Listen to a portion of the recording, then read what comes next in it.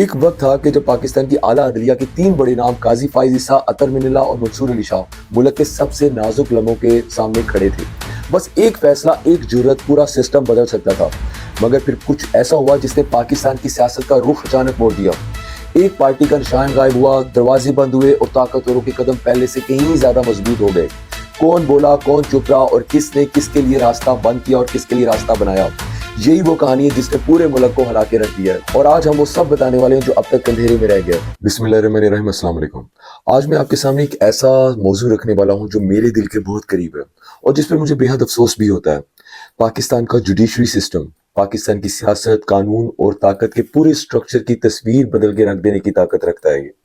پاکستان کی عدالتیں اور ہمارے جج صاحبان پچھلے 78 ایئرز میں کیا کر سکتے تھے اور کیا کرتے رہے، یہ اس پہ ہم تھوڑا سا آج اینالائز کریں گے۔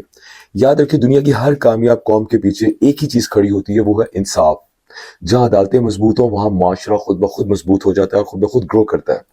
عدلیہ کے اندر ہمیشہ ایک گروپ رہا ہے جو ہماری ایک پاورفل آرگنائزیشن کے کانسٹیٹیوشنل وائلیشن کو روکنے سے ڈرتا رہا ہے، اور جو اصول پر کھڑے ہونے کی بجائے سیف پلے کو بہتر سمجھتا تھا۔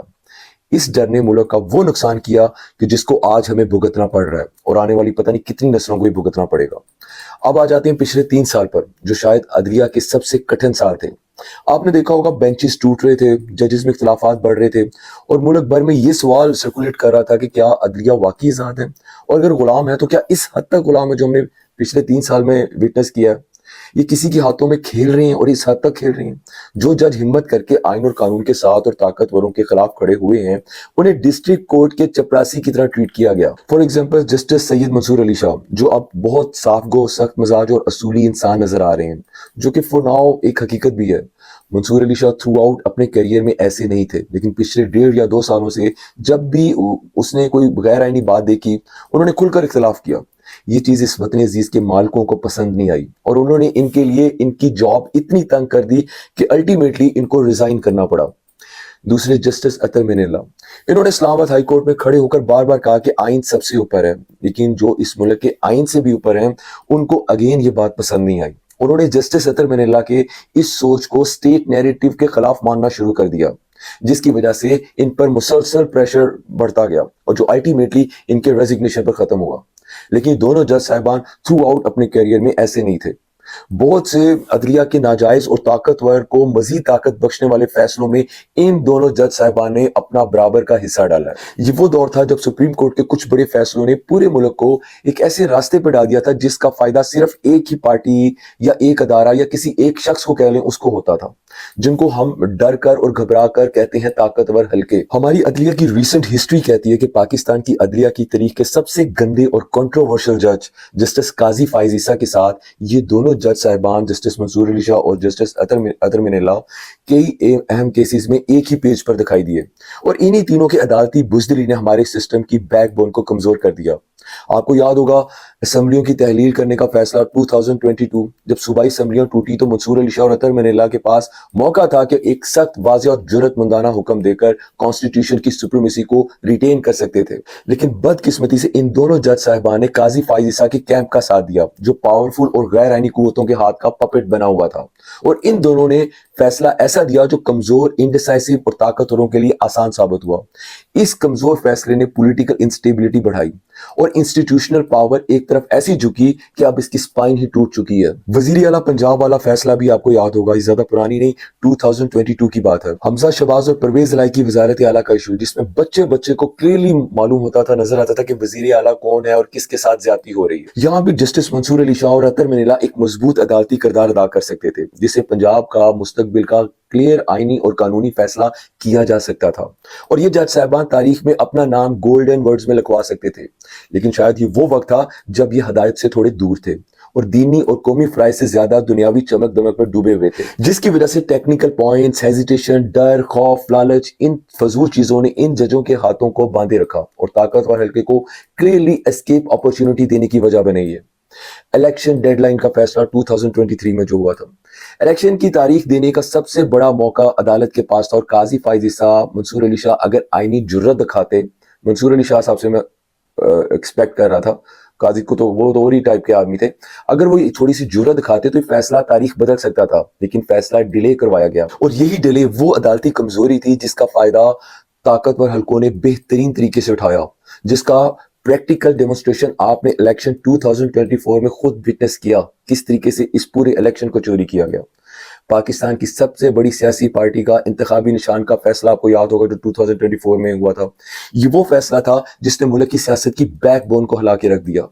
منصور علی شاہ اور اطہر من اللہ اگر اس موقع پر آئین کا مضبوط, واضح اور ایک امپارشل سٹانس لے لیتے اور اپنے ساتھی جج صاحبان کو بھی آئین اور قانون کا ساتھ دینے کا کہتے, تو پاکستان میں پہلی بار طاقت کا توازن ایک عوامی حکومت کی طرف جا سکتا تھا. لیکن ان دونوں ججز نے ایک بار پھر خاموشی, جھجک, بزدلی دکھائی, دوبارہ قاضی فائز عیسیٰ کیمپ کو مکمل طور پر غیر قانونی اور غیر آئینی سپورٹ فراہم کی, اور یہ سب سے بڑی سیاسی جماعت کا پورا سٹرکچر کولیپس کر گیا. اور یہی وہ پوائنٹ تھا جہاں قوم سمجھتی ہے کہ اگر اس وقت قاضی فائز عیسیٰ, جسٹس منصور علی شاہ اور اطہر من اللہ اپنی انسٹیٹیوشنل سپائن دکھا دیتے تو اسٹیبلشمنٹ کی وہ کمر توڑی جا سکتی تھی جو آج پہلے سے بھی کہیں زیادہ طاقتور ہو چکی ہے.